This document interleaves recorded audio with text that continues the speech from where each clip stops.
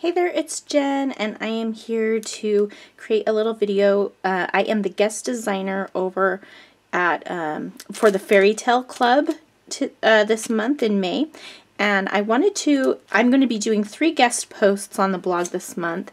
And for my first post, I wanted to show you how you could use the planner kit, I think that's what it's called, on a scrapbook layout. And so I just wanted to show you, you get the planner pages and you choose which size. You get, I can't remember what the sizes are called, but you get the bigger size, which is like a 6x8-ish size, and then the smaller size, and then the embellishments that are in the kit. So I'm just going to use those things and a white piece of cardstock to create this layout about me and my daughter.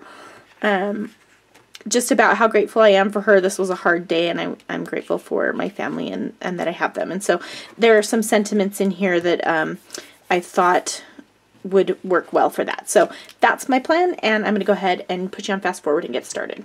Okay, so I'm going to start by cutting off the branding strip on this white cardstock, and it actually has embossed dots on it, but you're not going to be able to see it in the video or really the close-ups. It's something that you just have to see in real life. So I'm flipping through these planner inserts and just choosing a couple that I think might work for the layout. That quote is perfect for the story that I want to tell. When life seems its darkest, love shines its brightest. So I'm going to tell a story about bravery and having courage here.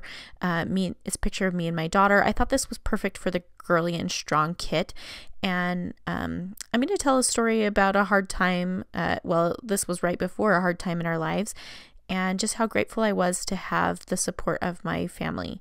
And I'm playing around with some of the die cuts here and just kind of arranging them and seeing how I might want to do this.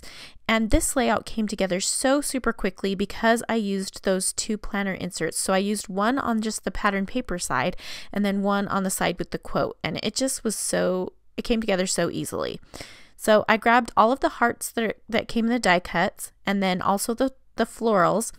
I'm using the Brave die cut as well for my title, and I wanted to, there's a space at the top of that, since I put a bunch of stuff at the bottom of that paper, there's a space at the top, and I decided to put one of the little wood tabs, and I really like that bow one, and so that's going to stay there.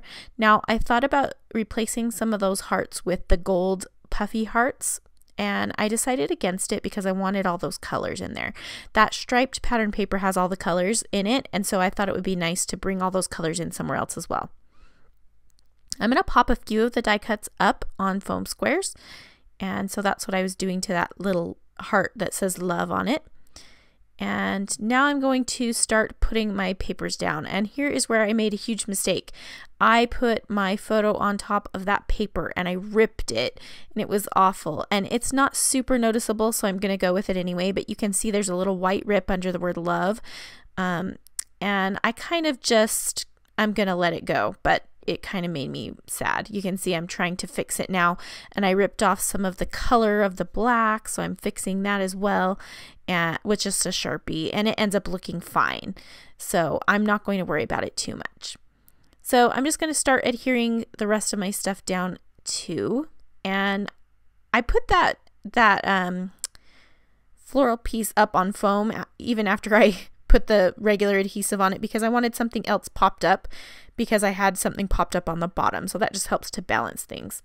So I'm using that word brave and arranging my hearts, and I'm going to just glue those down with some rolling adhesive and putting a little extra adhesive under the corners there because I missed them a little bit. And I'm going to see if I want to add any of these little word stickers, and I will end up adding them, but first I'm going to add my journaling and then decide where I have room for those.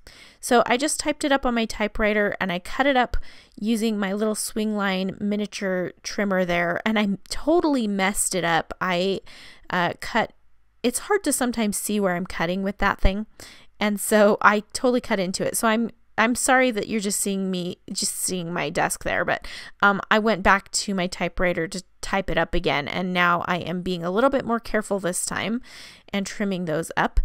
and I'm just going to glue those down right underneath the photo. And I think that's a good space to do it in. I want to kind of cover up that corner that you see of the pink paper. I just put the strip right above it, and I put another strip right on top of it. And that just helps to cover up that kind of awkward little corner there. And so the journaling will just go down right there. And I'm also going to put a date, and I'm just going to put the month and the year, and I'm going to use some red ink. I'm stamping off on the side because I know I have black ink on my rolling stamp, and it still looks a little black. You can tell on the 2016, but that's okay. So I'm adding in some of these little word stickers now. I decided to put the girly and strong right above the word brave because I thought that was perfect for the photo and for the story. And then I'm using some of the sequins. Now, this was a free gift in your box. I think each month, Andrea, I think that's what she said, that you get a little free gift. And so this month it's just a little assortment of sequins. So I'm going to scatter the sequins in among those hearts and make the embellishment go all the way diagonally from the left down to the right. And so I'm just using some Tombow. Oh, it's not Tombow. What is it? It's mixed media adhesive from Thermoweb to glue those sequins down. It's super strong. I love that adhesive. And I'm just going to scatter those little gold sequins around.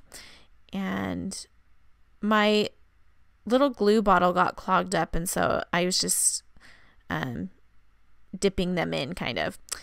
So for our final touch, I decided to add some gold Heidi Swapp color shine, and I kind of added it on top of that quote as well, just to fill in some spaces, and then added a little gold staple on the wood veneer tab that you can see here. So here are my close-up shots. If you have any questions, just leave me a comment in the video description, and I will be doing 2 more projects for the Fairytale Club this month. I don't know that I'll have videos, but be sure to head over to AndreaBethKey.com where you can find all of that information. Thanks so much for watching, and we'll see you soon.